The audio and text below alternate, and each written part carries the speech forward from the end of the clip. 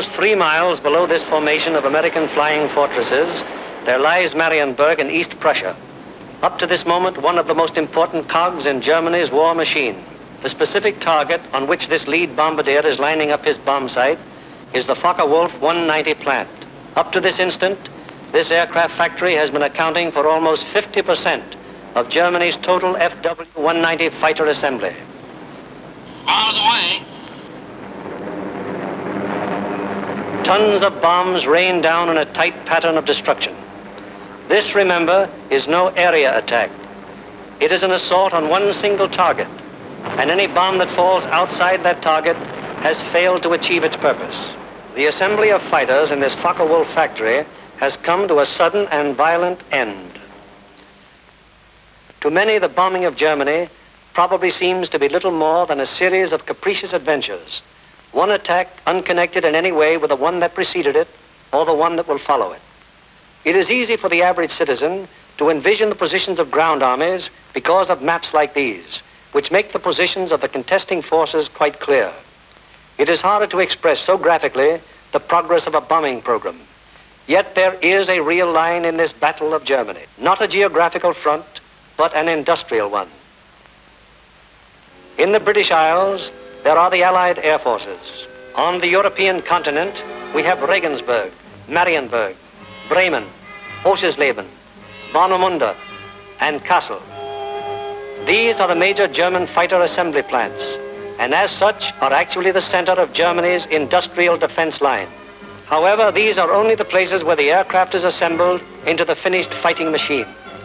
Component parts for German fighters are made at Anklam, the Weser-Flugzeugbau works at Bremen, the great Hedderheim propeller works near Frankfurt, the aircraft tire factory at Hanover, the CAM ball bearing plant at Paris, and the ball bearing factories at Schweinfurt. Obviously, an assembly plant can't operate if other plants aren't building the parts from which the enemy planes will be assembled. Hulst produced 29% of all German synthetic rubber production and is in fact responsible for 18% of her entire supply of rubber, natural or synthetic. At Bochum, there's a great steel plant producing high-grade aviation steel. Herøya, up in Norway, is a great producer of aluminum and magnesium, metals which figure importantly in aircraft production. At Ham, there are great railroad marshalling yards, having a capacity of 10,000 freight cars a day. Much of the tonnage handled here is closely connected with the manufacture, assembly, maintenance, and repair of enemy aircraft. And so it is all over Germany and occupied Europe. Everywhere there are plants and installations that contribute directly or indirectly to the making of German aircraft. Industrial bastions which must first be ripped apart before the enemy's armies can be destroyed. The smashing blows by the Allied air forces at Hulst, Herøya, Regensburg, Schweinfurt, Hanover, and Frankfurt have had the result of piercing the German industrial line to the extent of 37.5% of estimated single-engine fighter production in September of 1943.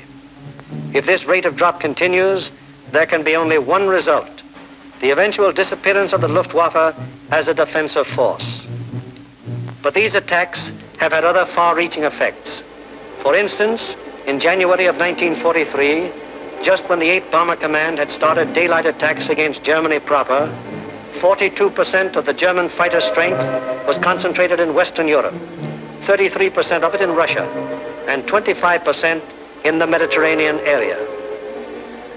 After 10 months of American bombers appearing by day over Germany, the figures line up more like this. On the Russian front, 19%. In the Mediterranean area, 12%. And in Western Europe, 69%. Germany thought it was urgent enough to withdraw fighters from 2 important theaters, all in a vain attempt to save their crumbling industry from the grim, destructive blows of the British-American bomber offensive. That is why the Battle of Germany is being fought. Now we come to the problem: how are the targets selected? And what enormous effort is necessary for the 10 or 15 minutes that our air task forces will be over any given target? The daylight bombing offensive against Germany is the responsibility of the 8th Air Force. Under the 8th Air Force are the 8th Bomber Command, the 8th Fighter Command, and the 8th Air Service Command. all of whom contribute to every bombing mission. But it is the Bomber Command which is charged with the actual destruction of the selected targets. The Bomber Command, with which this picture is primarily concerned, is divided into 3 divisions. Each division has a number of combat wings. Each combat wing, in turn, has 3 groups. This is the chain of command. Since the operations which we are to follow, there have been some organizational changes, but they are principally changes of nomenclature and have not affected the broad strategical and tactical purposes of the organization. For instance, what is referred to as Bomber Command in this picture is now the 8th Air Force. Weather is the greatest single enemy of the 8th Bomber Command, for here is to be found the most changeable, treacherous weather in the world. To keep the most accurate possible check on weather conditions all over Europe, the RAF has established vast communication and reporting systems. Weather planes such as this Mosquito and our own B-17s are continually in the air in an effort to know in advance what the weather will be over Europe and the United Kingdom.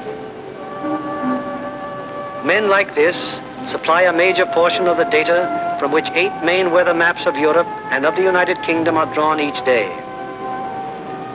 In addition, there are 4 upper air maps and 8 maps of a miscellaneous classification.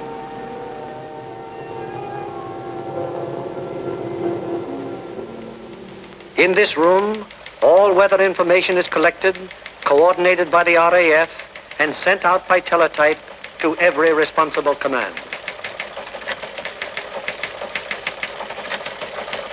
This is the weather section in the operations block at the Bomber Command. Here, the information gleaned from the weather stations is put together and correlated into weather maps. Accurate predictions must be made as to the direction and speed of the wind, downward and forward visibility, temperature, humidity, possible icing conditions, and probable atmospheric pressure at the bases, en route, and over the target.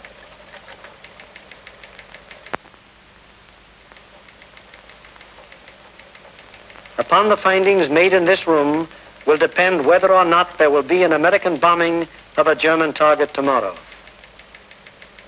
This is the operations room of the Bomber Command. Here is where the wheels are put in motion for any American bombing attack. Right now, the officers you see are waiting for the commanding general's morning conference. They are the A3, or operations officer, the operational intelligence officer, a weather officer, and other members of the staff.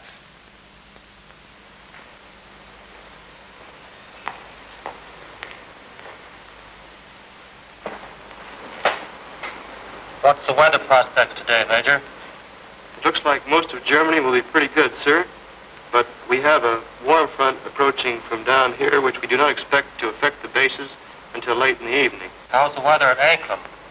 At Anklam, sir, we expect 2 to 5 tenths of low cloud and small amounts of middle and high cloud above 18,000 feet. Visibility 6 to 8 miles. How about Marienburg? At Marienburg, 2 to 4 tenths of low cloud, little or no middle or high cloud, visibility 6 to 8 miles. What will it be at Danzig and Gdynia? At Danzig and Gdynia, sir, 2 to 5 tenths of low cloud, 2 to 4 tenths of high cloud above 23,000 feet. Visibility in there about 5 miles, sir. Give me the map of Anklam and the picture of the aircraft factory there. Yes, sir.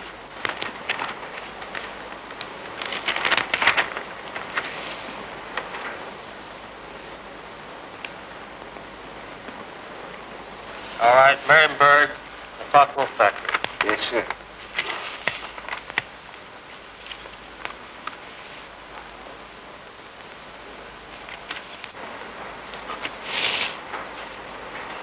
We will attack Marienburg with 2 combat wings, Anklam with 2 combat wings, the shipyards at Danzig with 2 combat wings, and the port facilities at Gdynia with 2 combat wings. That will require a maximum effort.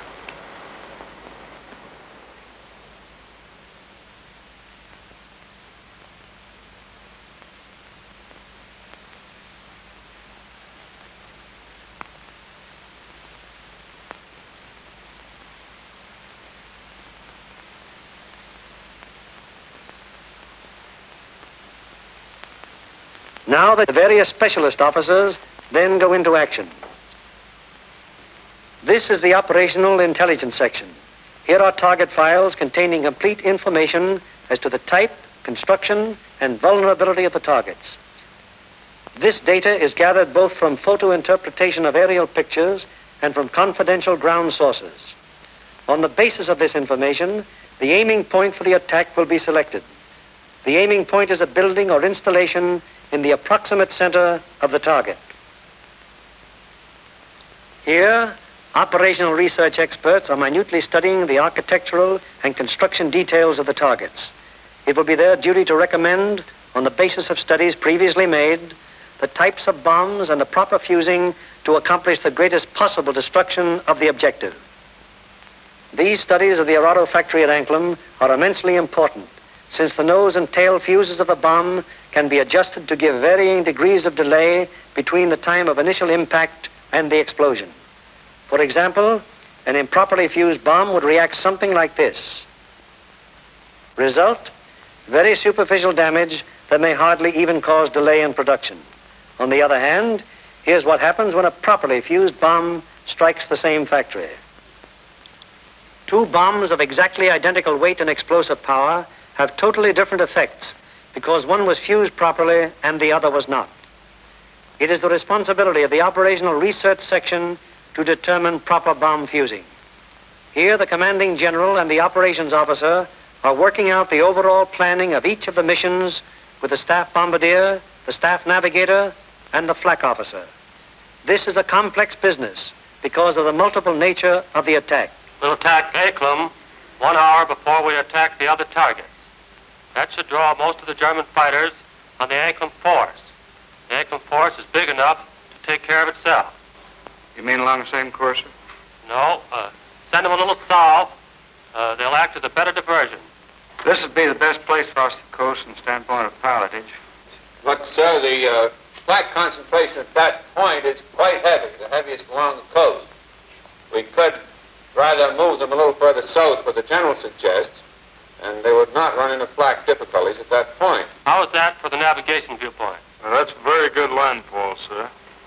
All right, we'll cross at that point, and you adjust the flight times accordingly. Take care of it, Darrell. Yes. While this is going on, the various liaison officers stationed at Bomber Command headquarters are busy keeping their respective commands acquainted with the course of events. The closest liaison is maintained with both the RAF Fighter and Bomber Commands, the Royal Navy, the 8th Fighter Command, and the 9th Bomber Command. It is through these liaison officers that requests will be made for the necessary fighter support, diversionary effort by the medium bombers, air-sea rescue patrols, and so on. Officers at Fighter Command immediately look up plan number 2340 to find out what part the fighters are expected to play in the next day's operations. Similarly, the 9th Air Force is informed that Bomber Command intends to lay on plan number 2340. It will be the duty of the mediums to attack enemy airfields at a time that will cause maximum interference with German attempts to intercept the heavy bombers. Right now, weather officers are getting ready their forecast for the General's late afternoon conference, where final decisions will be made. Right in there as planned. Yeah, it should. Should be okay. Thanks. Good enough. In the bag. Does your morning's forecast still hold? Yes, sir. There's practically no change in the situation, and we still expect the base weather to hold up for return. Send out the field order exactly as planned. Yes, sir.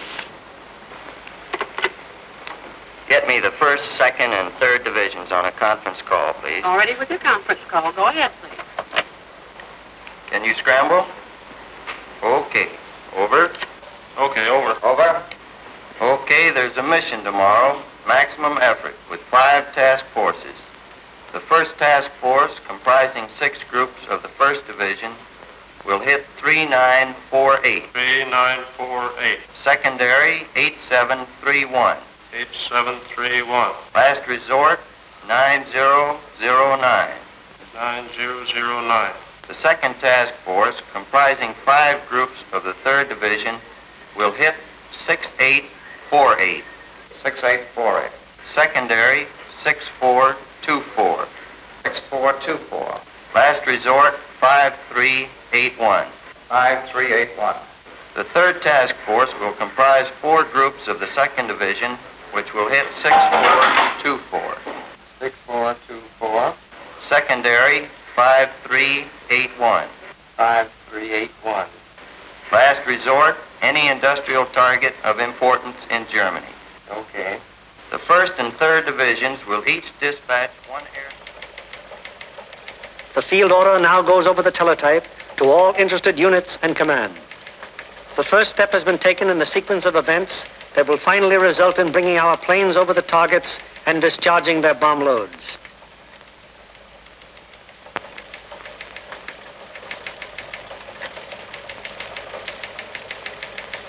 Command has conceived the mission and laid out general plans and routes. Division now plans in detail what command has ordered.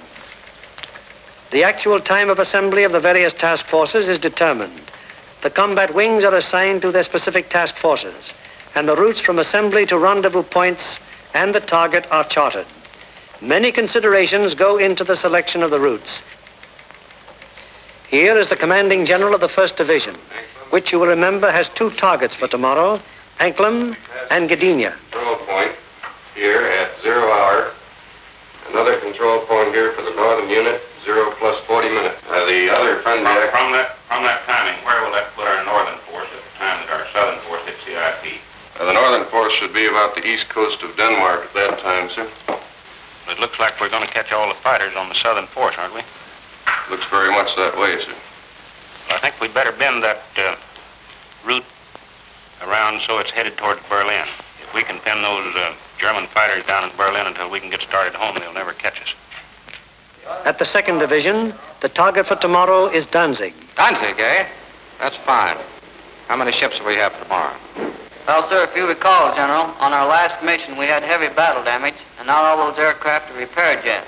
Call up the wing commanders and have them put pressure on the groups to get their maintenance crews to work on these ships tonight and get every possible airplane on the line in the morning. The 3rd Division, which will have for its targets Marienburg and Gdynia. Looks pretty good, sir. We're going to be right over a lake there for a good checkpoint at the turn. We're going in against the sun. The sun will be at our back, sir. Defenses at the target. Major Frost, what about the flak defenses? Sir, at the upper target, there are 24 guns. That approach is good. The lower target isn't defended by heavy guns. No heavy guns whatever at Marienburg. None, sir. The division's operations officer bases his precise plans on aircraft and crews available at the various groups. He then calls the combat wings to give them advance information before the field order actually arrives. Operator, give me combat wings for conference, please. Okay. Scramble, over. Okay. Over. Over.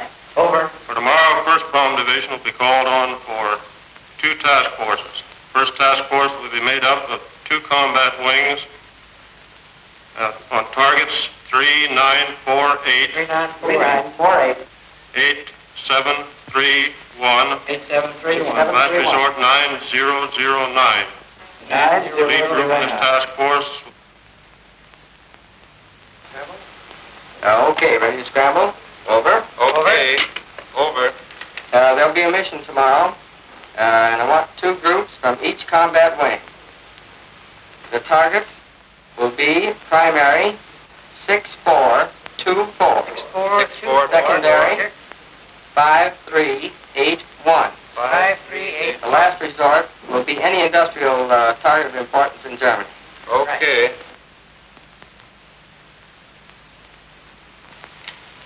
There's an order coming through. The 3rd Division will furnish 8 groups. 1st and 2nd wings, comprising the 2nd Task Force, will hit 6848. 6848. Secondary 6424. 6424. Last resort 5381. 5381. Last resort. Bomb load. 500-pound GPs fused, 1/10 nose, 1/100 tail. 1/10 and 1/100. 1/100 tail. This is operations of the combat wing, a purely tactical unit having absolutely no administrative functions whatsoever. How do you intend to make it? Sir, we'll assemble over Molesworth. Problems of takeoff and assembly are the particular specialized function of this organization. It is the primary business of the combat wing to get the airplanes of its group into the air at the proper times and to get them assembled once in the air.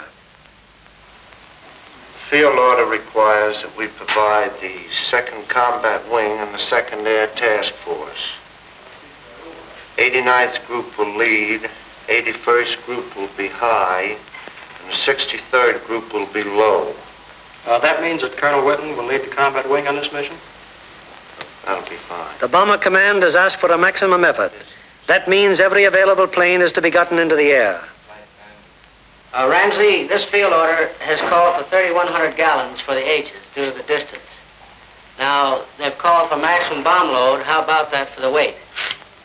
I think we'd better put 8 bombs in the H's and 12 in the D's. That keeps us around 65,000 pounds. How about the CG? CG is well forward, and I think it'll work out very well because we've been down low for a long period of time. All right, we'll have 8 in the H's and maximum in the D's. Most of the groups are going further than an American bomber has gone before. Combat wings must work out precisely the maximum bomb load in relation to the required gas load. Decisions made in this and other matters are added to the division's field order and passed on to the groups, the ultimate tactical unit, to the men who get the planes in the air and fly the mission. On the basis of the alert telephoned down to the group by the combat wing, the various agencies necessary to get the planes airborne on their mission wheel into action. Intelligence, operations, weather, signals, group navigators and bombardiers have the grave responsibility of passing on and making clear to the combat crews the vital target and route information furnished by Bomber Command and Bomb Division. The proper information folders, maps, weather maps and charts, and photographs have to be selected by the various group officers, and then the information therein passed on to the crews. In dispersal areas, ground crews are getting their planes in condition to fly the mission. The normal work of keeping an airplane fit for operation is enormous, even in peacetime. When you add to this already great job the element of battle damage, the problem becomes gigantic. Engines, wings, propellers, controls, wiring, fuel system, oxygen system, the 1,001 elements that go to make up the complex mechanics of a heavy bombardment plane all must be kept in perfect shape. The failure of any one of them on a mission can easily mean the loss of the plane and its personnel, or at best, such a failure will cause the plane to abort. That is, return to its base without having reached the target. It was originally estimated that about 37.5% of planes on hand would be effective at one time. However, the maintenance and repair has been so magnificently performed that sometimes up to 50% of planes on hand have been effective.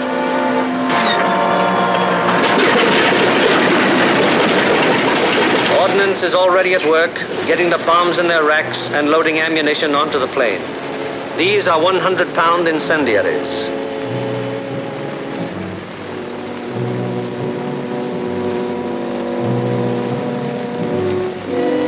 These are 500-pound general-purpose bombs. And these are 1,000-pound GPs.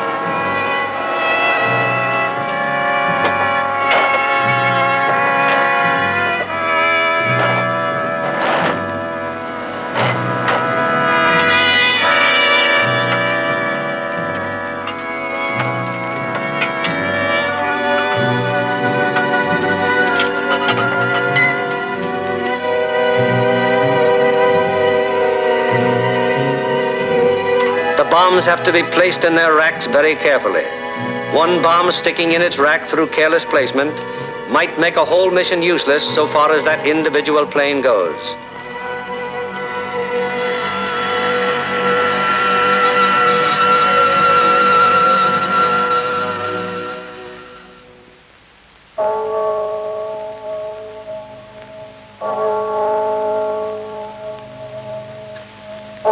Three o'clock in the morning.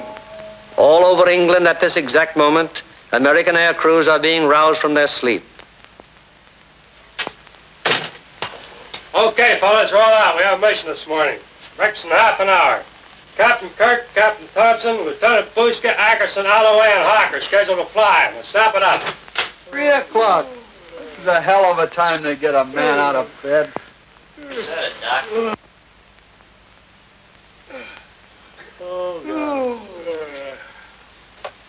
Come on, you drift. Out of bed. Breakfast in half an hour.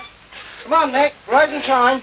All right, you dodos, let's go. This is it. Okay, fellas, let's go. Come on, Swifty. Get it out. Let's go. Go, you guys. Hit the deck. Breakfast at 4, briefing at 5. Let's go. That's fine. Just when I had a 48-hour pass coming up. That'd be a good deal. Can't, you guys. You're running my beauty suite. Through the cold of the English early morning, the combat crews go to their mess. They have no idea where they're going yet, but they know they'll be taking off in about 4 hours.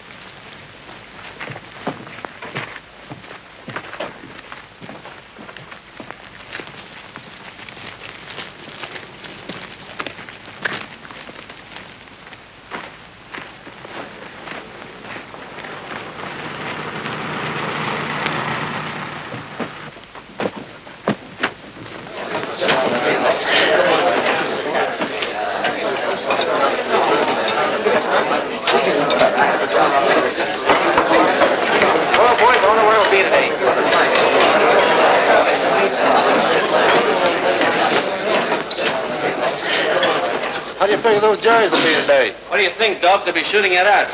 Sometimes I don't think those Jerrys got proper respect for us. Well, what do you expect, Buster, the way you shoot?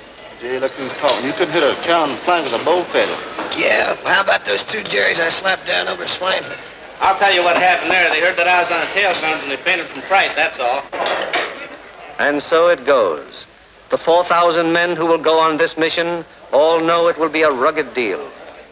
For some of them, it's their first mission. Others are veterans of many.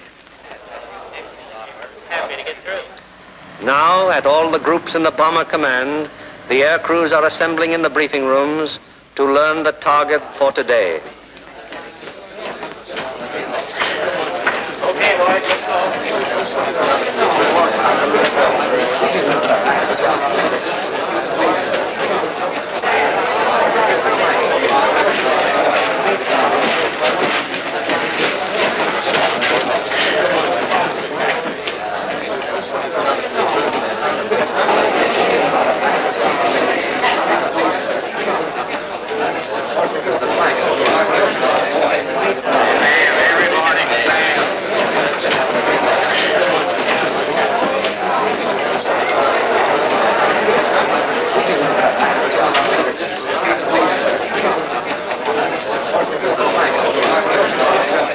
This is the briefing room of the 303rd Group. Here in a few minutes, the nature, locale, and route of today's mission will be made known to the men who fly it.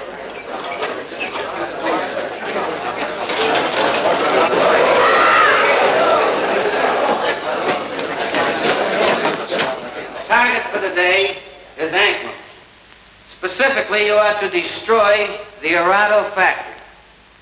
This plant manufactures aircraft components, principally wing and tail assemblies for the Focke-Wulf 190s. The parts are then shipped to New Brandenburg for assembly. I cannot stress upon you too much the importance of this target. If it is successfully destroyed, it will have a very serious effect on Germany's aircraft production. Lights, please. Your IP is on the northwest side of New Brandenburg.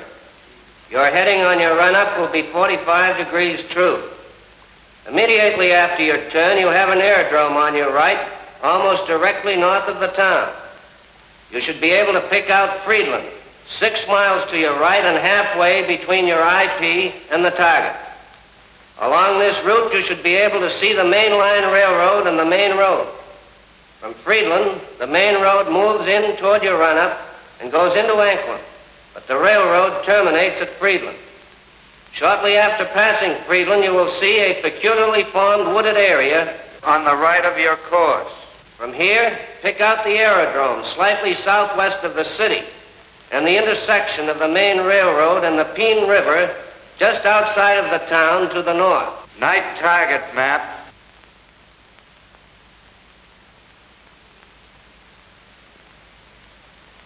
Your target is across the railroad, beyond the town, in the area formed by the bend of the river. And now a picture of the target. This group of buildings here is your target. This building will be the aiming point. If your bomb pattern is concentrated in this area, it should very effectively knock out the factory. Lights, please. At the 379th, the intelligence briefing continues. These groups will bomb from an altitude of 13,000 feet.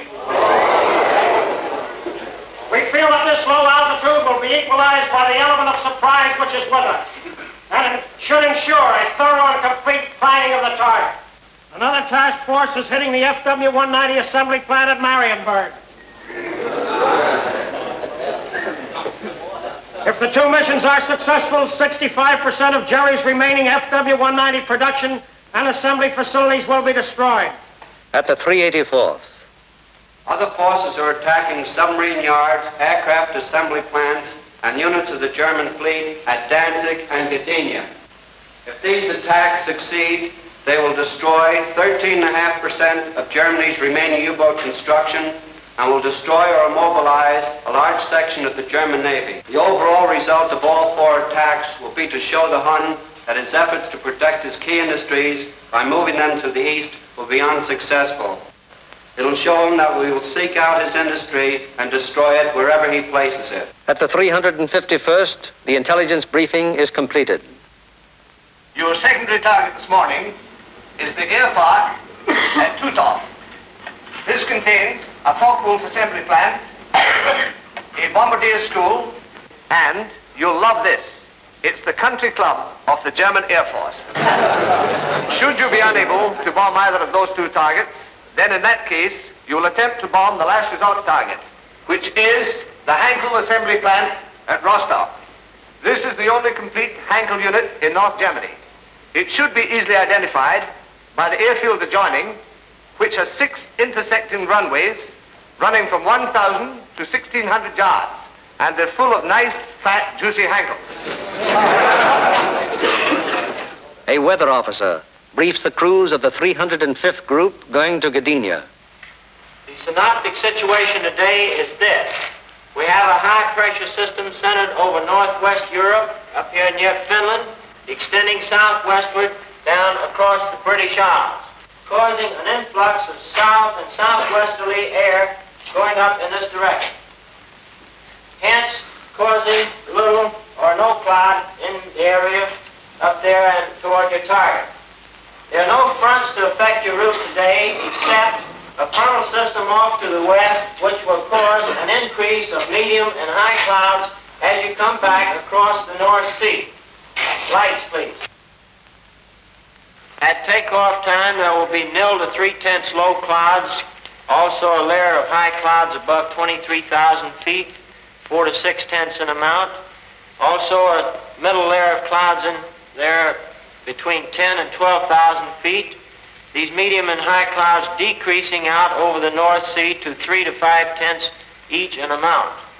The low clouds will increase as you go out toward the North Sea to 3 to 5/10.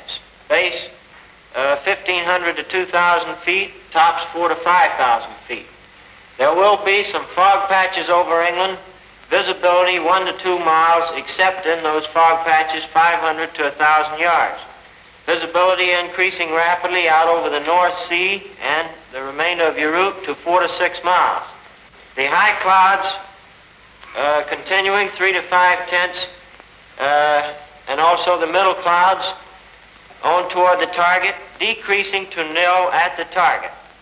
Low clouds continuing 3 to 5/10, decreasing to 2 to 4/10 at the target, base 2,000 feet, tops 5,000 feet. Visibility 4 to 6 miles. The temperature at bombing altitude minus 26 degrees centigrade. The freezing level on your route out, 12,000 feet over the North Sea with light rime in the middle clouds. As you return back to base, that freezing level will lower to about 7,000 feet, continuing light rime in your middle clouds. Now on the return route, weather will be very similar to your route out, except your clouds increasing in amount as you proceed back across the North Sea. Base on return, visibility 4 to 6 miles. A flak officer briefs the 389th Group of the 2nd Division going to Danzig. Now, gentlemen, this morning, because we are going to cross the Danish coast at such a relatively low altitude, we've planned the route so as to avoid as much flak as possible. At any rate, any flak that you do encounter will be merely a deterrent in nature. However, you can expect heavy flak batteries at a place where we make landfall here at Namindegab, about a mile south of Kursk.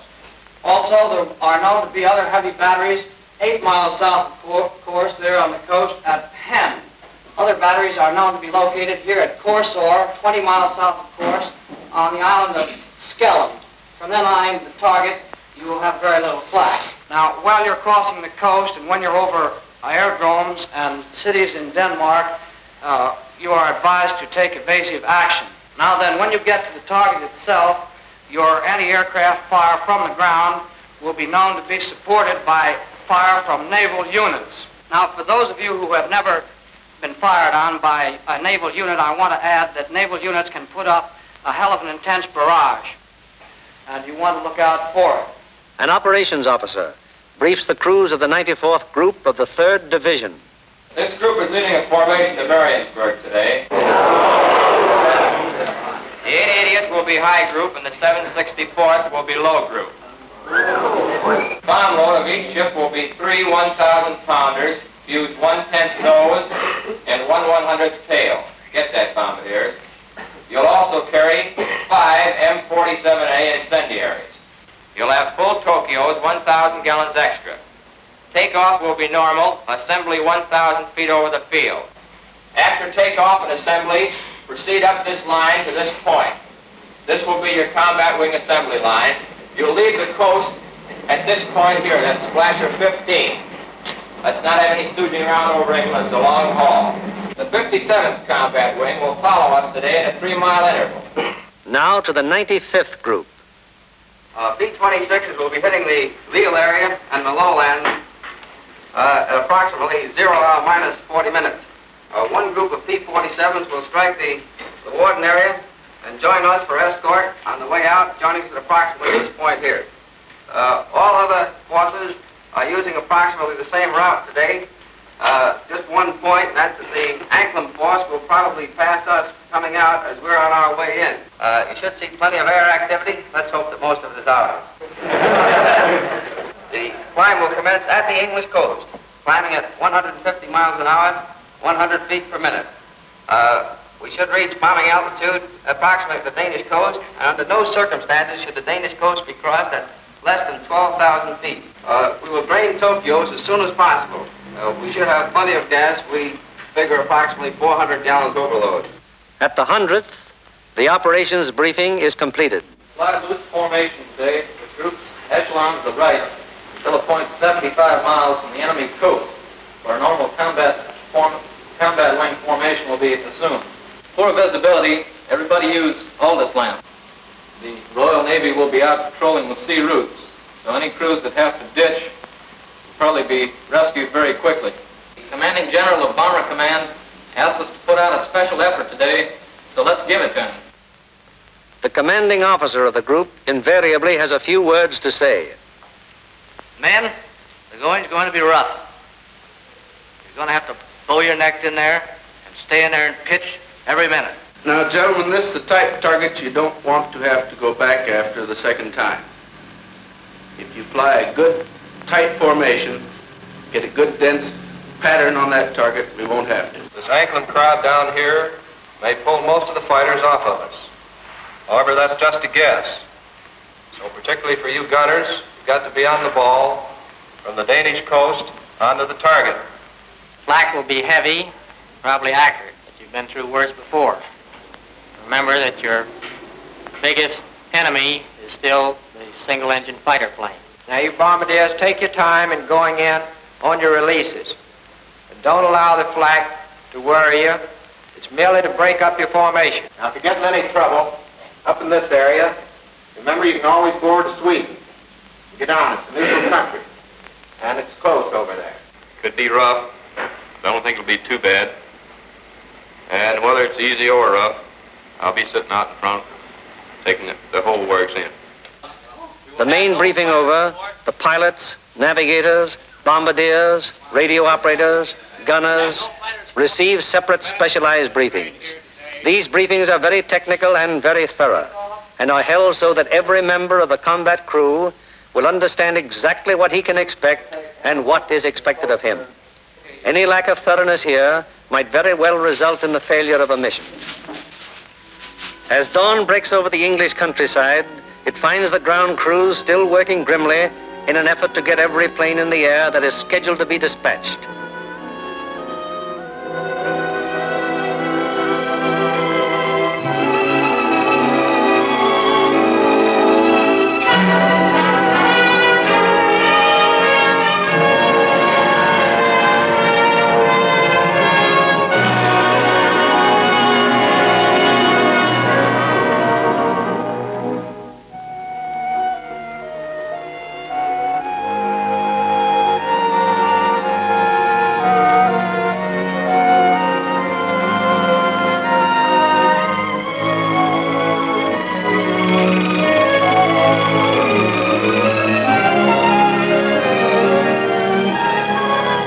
These men take as fierce a pride in their planes as do the air crews. To each of them, it is a personal tragedy, reflecting in some way on their capabilities when their airplane is forced to turn back without having completed its mission, or when they have been unable to get an expected plane ready in time for a mission. It's getting on to the time when the combat crews go to their planes. Here they are in the crew room, putting on their flying clothes.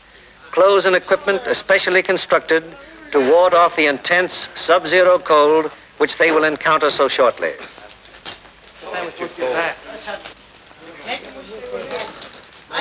All air crew members receive escape kits containing equipment that will help them get back to safety if they are forced down in Germany or in occupied territory. The pilots, co-pilots, navigators and bombardiers are also issued battle folders containing the maps which will be of such vital importance to them in the prosecution of the mission.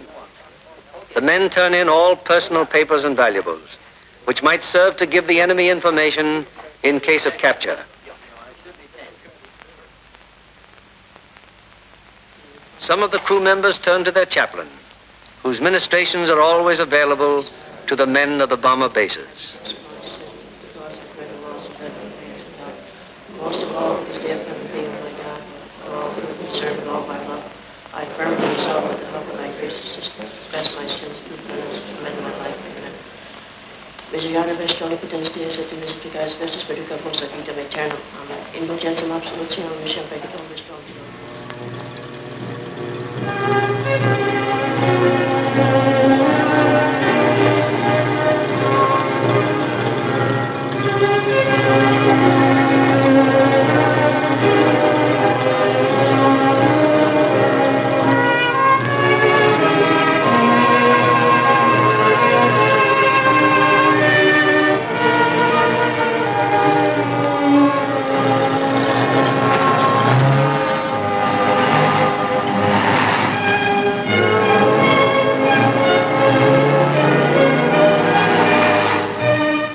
So changeable is the weather in the European theater that sometimes widely varying conditions will be found on fields only a few miles from each other.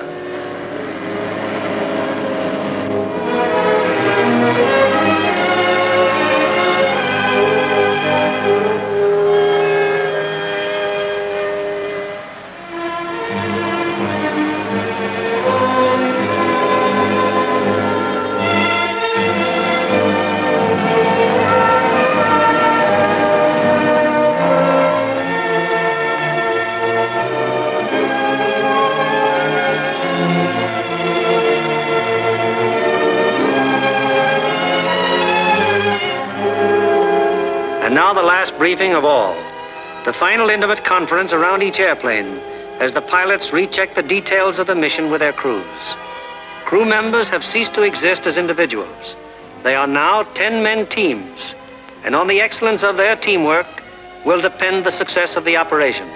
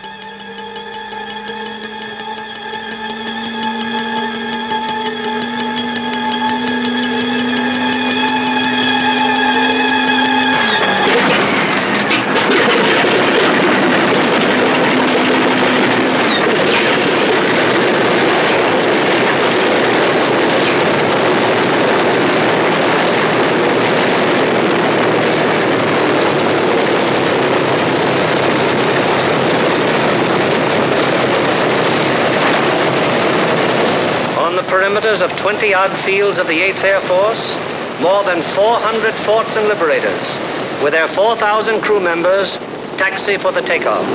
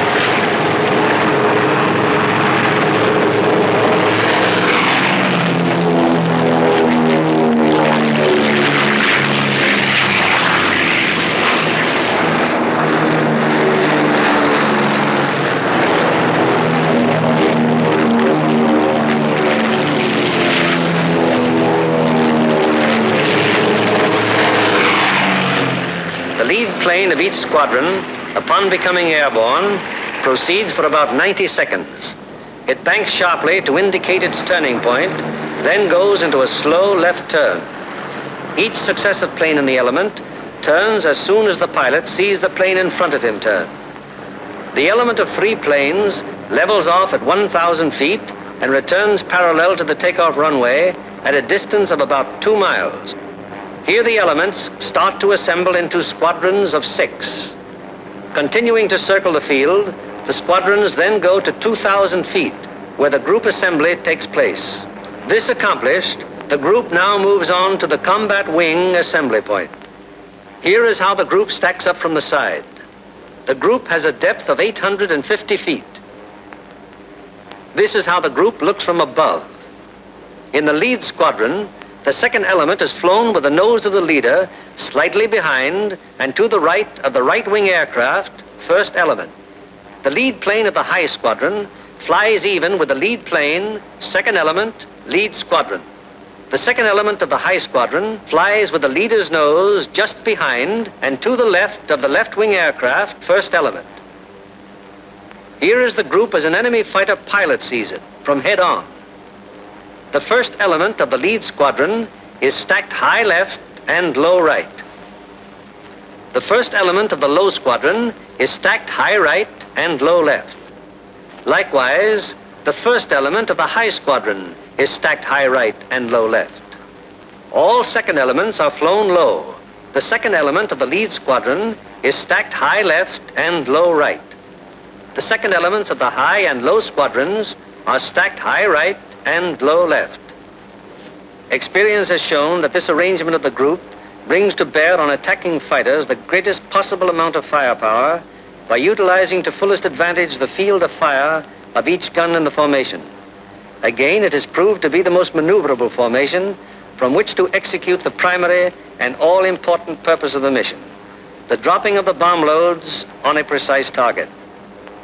Obviously, it would be desirable to stack as many bombing planes as possible in one defensive formation. However, it has been found that the largest practical defensive formation is the combat wing of 3 groups. Any formation of aircraft larger than this becomes unwieldy. This force has a depth of 3,000 feet. The nose of the lead aircraft of the low group is aligned with the tail and slightly to the left of the rearmost aircraft of the lead element, lead squadron, lead group. The nose of the lead aircraft of the high group is aligned with the tail of the rearmost aircraft of the lead element, lead squadron, lead group. The combat wing having been assembled, they now move on to make rendezvous with the rest of the task force.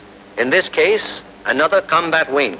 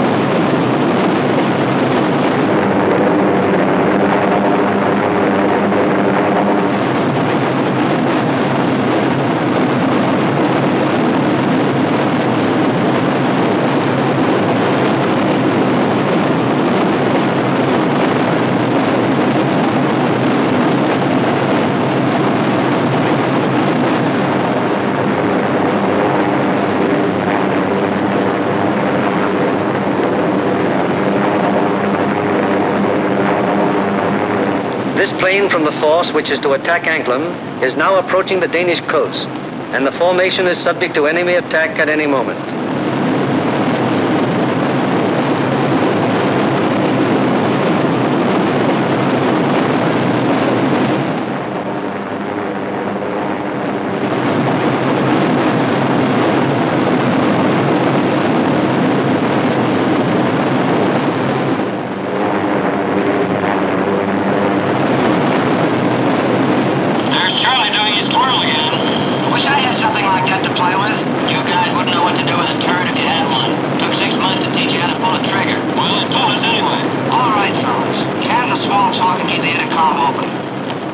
It is now 10:30 hours, and Denmark has been penetrated to some distance without any great opposition as yet. So far, there has been only some light and inaccurate flak at the coastline. Some flank guns have opened up on us.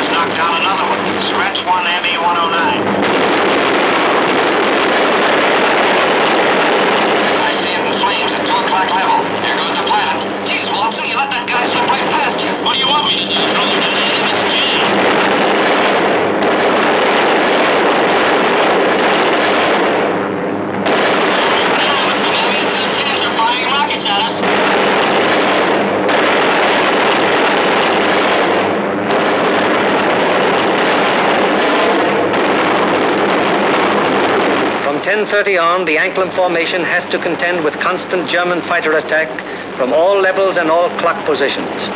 During this time, the gunners aboard the fortresses knock down fighter after fighter. However, the gunnery of the forts, no matter how sensational it may be, is only to ensure the successful performance of the mission.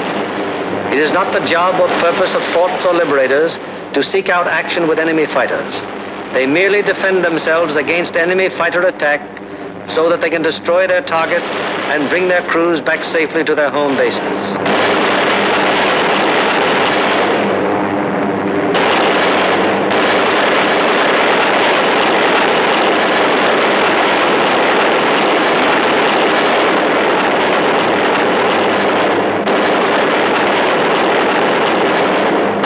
An anxious moment comes now for the lead navigator and bombardier. The formation is approaching the initial point.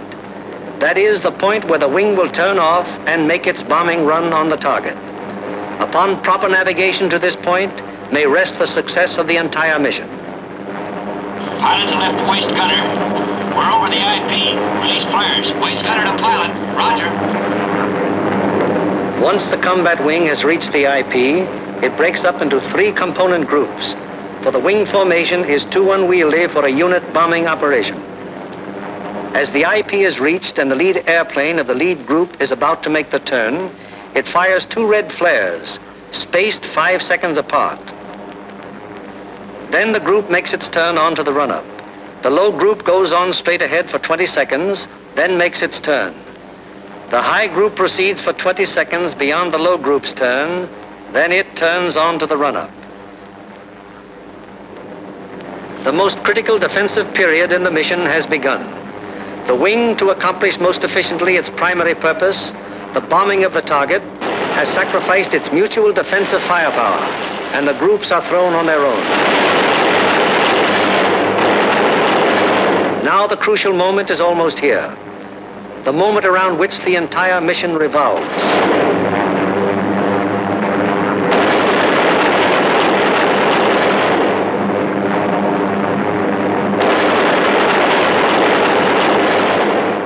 Pilot to Bombardier. Your ship. Bombardier to pilot. Roger. Bombardier to crew. Bombay doors open. Pilot to radio operator. Camera on. The Bombay doors open. The group is committed to its attack. No evasive action may be taken until the bombs are away.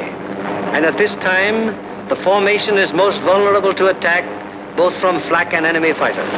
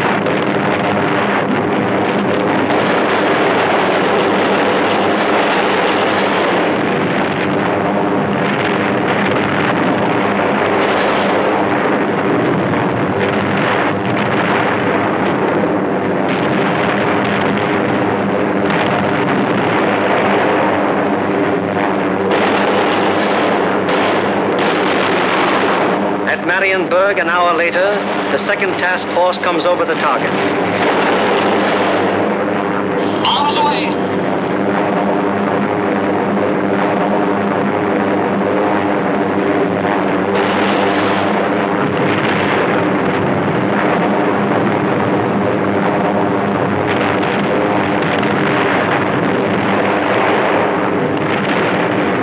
The third task force comes over its target at Danzig. Bombs away!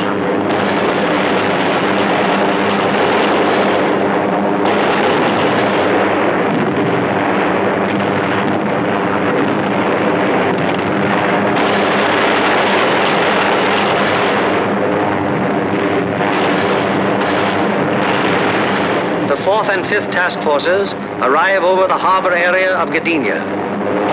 Bombs away!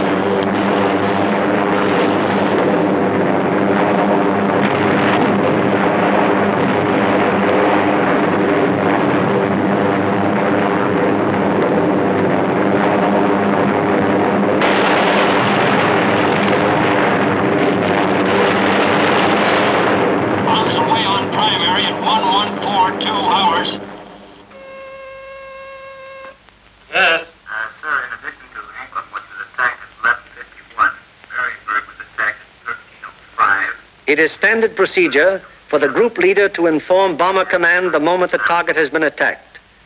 Bomber Command, in turn, promptly informs the commanding general of the 8th Air Force. I have the additional information. I report attack.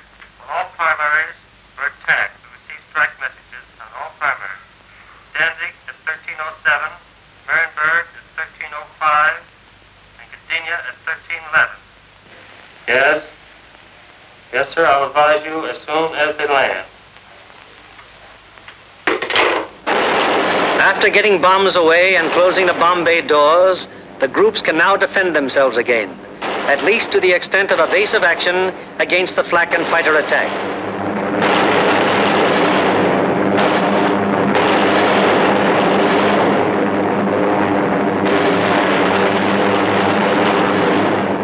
The lead group flies a straight course for 15 seconds before turning off to the rally point. The lead group then proceeds to the rally point at an indicated airspeed of 155 miles per hour, making S-turns meanwhile to permit the trailing groups to catch up. The lead group crosses the rally point at a height 1,000 feet lower than bombing altitude. The succeeding groups will close with the lead group as quickly as possible to regain the defensive combat wing formation. The following groups need not necessarily pass exactly over the rally point in regaining wing formation. In the meanwhile, the marauders take off to fulfill their part in the day's operation.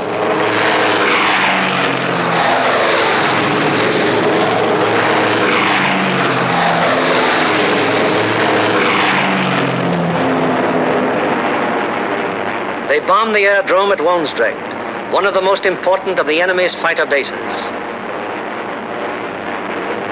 This blow by the medium bombers is timed so as to provide the maximum interference with the enemy's capacity to intercept our withdrawing heavy bombers. Last off are the fighters. Their great speed will enable them to reach the Leeuwarden district in a short time, sweep the area clear of enemy fighters, then give the heavy bombers withdrawal support from the enemy coast home. At the fields, it's getting on towards the most nervous of all times, the estimated time of return. Everyone who stays behind sweats out this period at the end of each mission. Here at the control tower, at the dispersal areas, at the Red Cross, at the officers' club, everywhere on the field, the one thing paramount in everyone's mind is that the group is due back.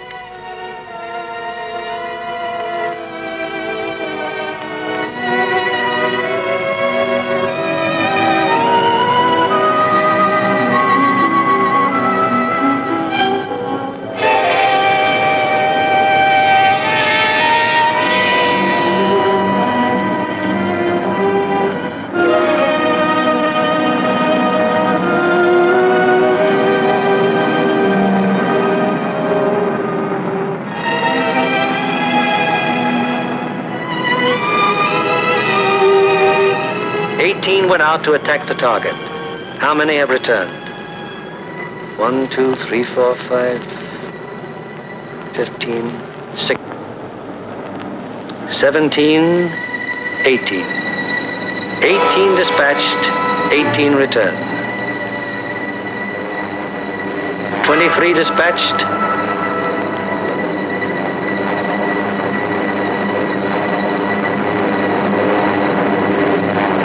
23 returned.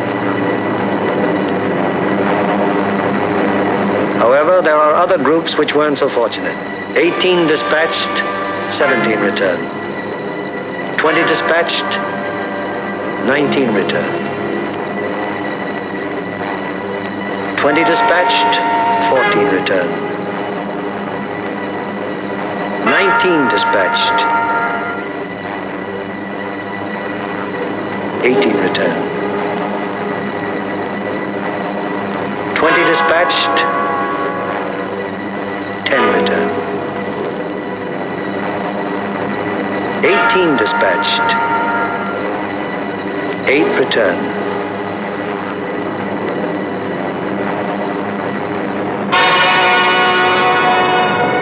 Flares dropped from aircraft signal the presence of wounded aboard. These airplanes are given priority in landing.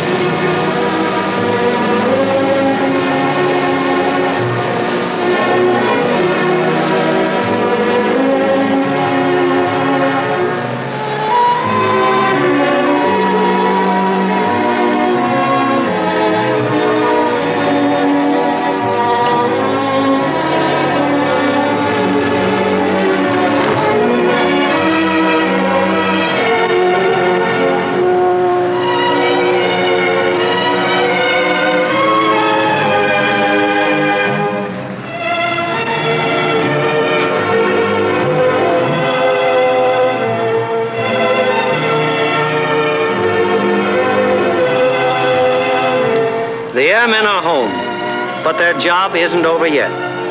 Before they can go to their billets for a well-earned rest, they must first undergo one of the most important phases of any mission, interrogation.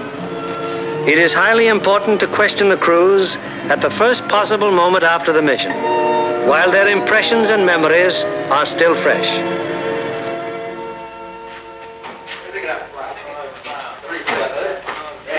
Crews who have anything of immediate importance to report go at once to the hot newsroom. Hello, boys. How are you? Well, kind of long, not too tough. Best bombing job we've ever done. Good, good. Somebody in trouble? Yeah, we saw one B-17 go down there just before we made landfall. Where was that? Well, that was at 5240 north. 5240, yes. 1 degree, 50 minutes east. 0150 east. Yes, and what time was it? That was at 1524. And was that a G-fix? That was a G-fix, yes. And we had the radio operator get on the MFDF section. He sent in the coordinates of the fix. Good. And I had my radio operator turn on his IFF to emergency when we saw it go down. Okay. And what happened? Well, the ship went down, apparently under control, and saw it hit the water. Yes, I was looking through the glasses, and I saw 2 dinghies come out, and 10 men, apparently all okay, Major. Good. And what altitude were you? We were at 5,000 feet at the time. Okay, anything else? No. Settle up for a cup of coffee. It's waiting for you, boy. Okay. Thank you. 3rd Division, please. We are Smitty. I got a B-17 crew down the dinghy. Thanks, Bill. 16 group, please. Special aircraft priority. Flight control, please. 16, bomb division here. We have a B-17 reported fixed at 52 degrees, 30 minutes north, 1 degree, 30 minutes east. That's right. He was seen to ditch, yes. He was seen to ditch at 15:24 hours by the reporting aircraft. 2 dinghies were seen to break out, and 10 men got into them. The reporting aircraft is at 5,000 feet. Yes, that position's an MF fix. Okay, 16. Thank you.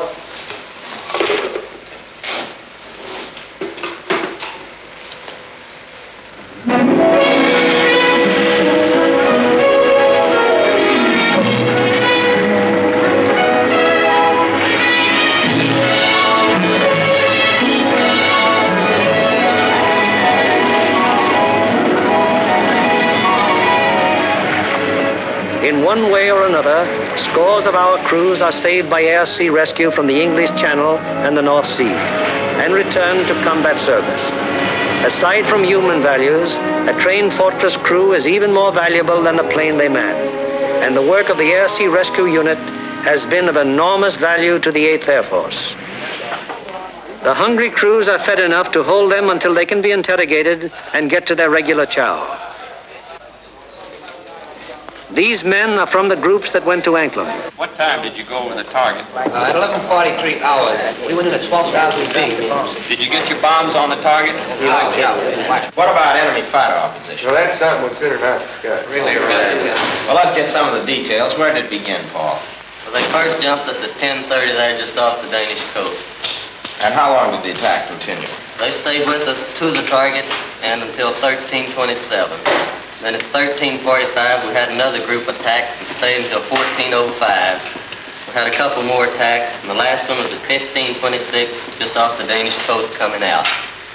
And about how many enemy fighters did you see? Well, I don't know how many of them might have been repeated, but I saw 60 or 70 myself. I couldn't keep track of them, sir, but I counted about 65. I stopped trying to count when I got to... Well, do you think it'd be accurate to say, then, that your ship saw between 65 and 80 enemy aircraft? Yeah. What type of enemy aircraft did you encounter? Well, from what I could see from the tail, they threw the book at us. FW-190s, ME-109s, 110s, 210s, Dorniers, even JU-87s and 88s. I saw a couple of Focke-Wulf 189s, at least 2 Heinkel 111s. What positions did they attack from? Oh, they came from all over the place. Fighters are pressing home their attacks from 300 to 400 yards. Would you characterize these attacks as determined? Determined? I'd rather you could say that again. No, I think those guys are really trying to shoot us down. I wouldn't be surprised. How would you describe the enemy fighter tactics? Well, I describe them as murder. Yes, they usually attacked in formation, queue up about 300 or 400 yards away, 12 to 13 single-engine fighters come barreling right through the formation. How'd the twin-engine fighters react? They stayed out to the side and above, just out of the range of our guns, and shot cannons and rockets at us. Then they'd queue up and press home a regular fighter attack. What caliber would you say the cannons were? My guess would be 37 millimeters. What do you think, Adam? What about the rockets? We shot a lot of them. I didn't actually see any hit our formation, but they weren't doing us any good. I saw one of them blow a wing off the 17 below and ahead of us. They started to spin in. Any shoot? No, sir, I didn't see any. Where was this? Over the target, right after we toggled the bomb. You fellas notice any distinctive markings on the enemy aircraft? Yeah. Oh, quite a few. There are a number of FW-190s, mostly yellow noses, some white noses. No red noses. No, I didn't see them. Boy, those yellow-nosed boys really come in close, don't they? Did you see that one come right on our left wing? Yeah, I saw 109 with black and white diagonal markings under the wings. Black and white. I had white nose. All right. Yeah. Getting back to those rockets, I believe that Jerry can reload his rocket guns from inside the ship. I think you can. That'd be my guess, too. I saw at least 9 bursts from rocket guns on one ME-210. 9 bursts. All right. Talking about 210s, there was one that came in and shot a cluster. It looked like clay pigeons to me. Say, those things look like baseballs to me. Can you describe that more fully? How did they react? Well, they didn't look like baseballs. It was more like streamlined and smoked all the way down, but they didn't explode. Didn't explode, huh? No. What about planes? I knocked down 2. They were making attacks about 5 o'clock level. Yeah, I saw them. One of them blew up in the air, and the other one went down in flames. The pilot of the second one bailed out. That was at 11:44. We were right over the IP. Were any other guns firing at these planes? No, sir. These were my babies. Any more? Yes, sir. I got one destroyed and one probable. I knocked a 210 down right over the target. The plane exploded in the air. I got a burst of a 110, and it started down in flames. I couldn't see whether it went all the way down or not. We were under constant attack. Bombing results and enemy fighter reaction are only one phase of the interrogation. The enemy's anti-aircraft defenses, their concentration, and their accuracy are also matters of great interest to the interrogators. The group of the 2nd Division, which went to Danzig. How would you describe the flak en route to the target? From the coast of the target, it was meager and inaccurate as height and deflection. Over the target, it was still meager, but pretty accurate as height and deflection. Is that how the rest of you fellows would describe it? What about on the way back? Well, it was meager and inaccurate, except now when we crossed the coast. They threw up a box barrage that was pretty accurate as to height. In fact, it was good as to altitude, but the deflection was a little off. The first burst hit about 100 yards ahead of the lead plane. And we felt the concussion of it, right? We got a couple of flak holes in the fuselage right around my gun position. Any other battle damage? A couple of flak holes in the nose. Burst of 303 in the number 4 engine. Got an oil line. What was your altitude when this box barrage almost caught you? 21,500 feet. Did any of you notice anything unusual or peculiar about the flak burst? No, it looked like the same old black flak to me. Was the 6.3 half-singer? Also valuable to the interrogator is any intelligence that might be picked up by the crews en route to or from the target. Such observations may be completely incidental to the mission, but can prove to be of great value at another time when another target is being attacked. Let's find out what the force attacking Marienburg discovered on their way to and from the target. This smoke screen at Danzig, where did that emanate from? Well, it looked like to me it was coming from off of floats and boats here with smudge spots on them, anchored just a little ways off the coast.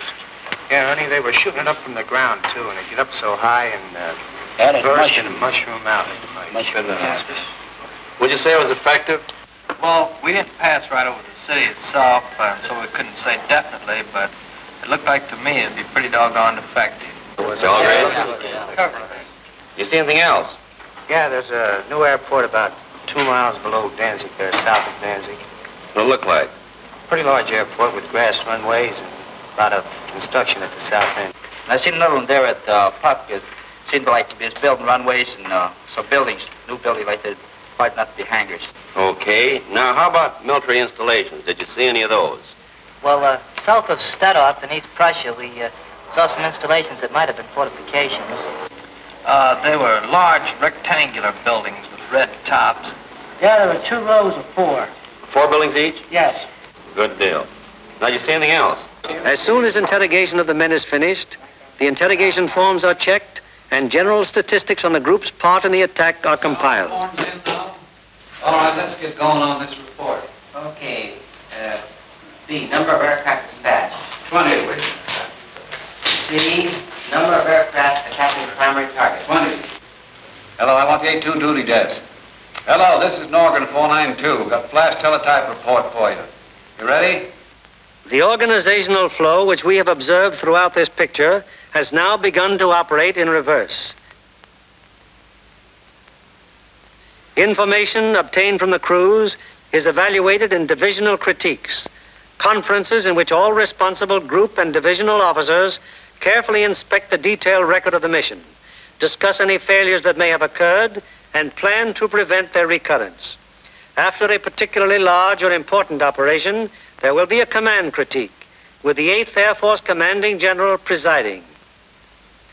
Here in the dark room, the strike photos of the targets brought back by the returning planes of the group are developed and printed with all possible speed, so that experts of Bomber Command can assess the damage done. Coming in from planes of every group participating in the various raids and interpreted and appraised by trained photo interpreters, these pictures will give Bomber Command an excellent idea as to exactly what parts of the various targets were hit and how severely.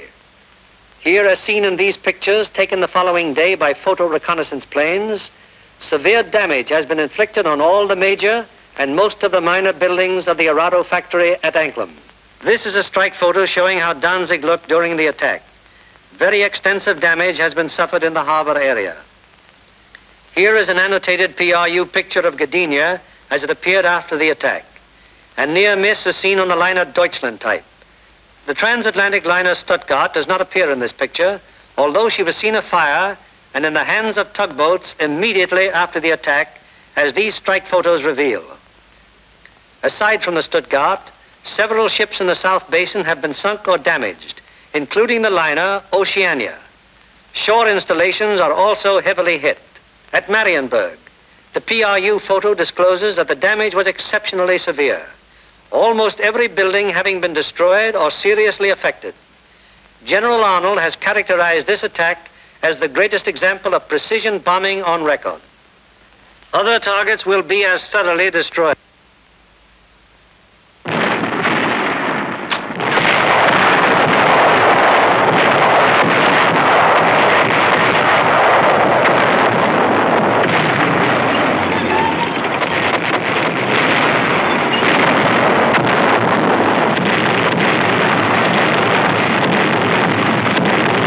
Today, while the invasion armies are pressing the Battle of Europe, the Battle of Germany continues.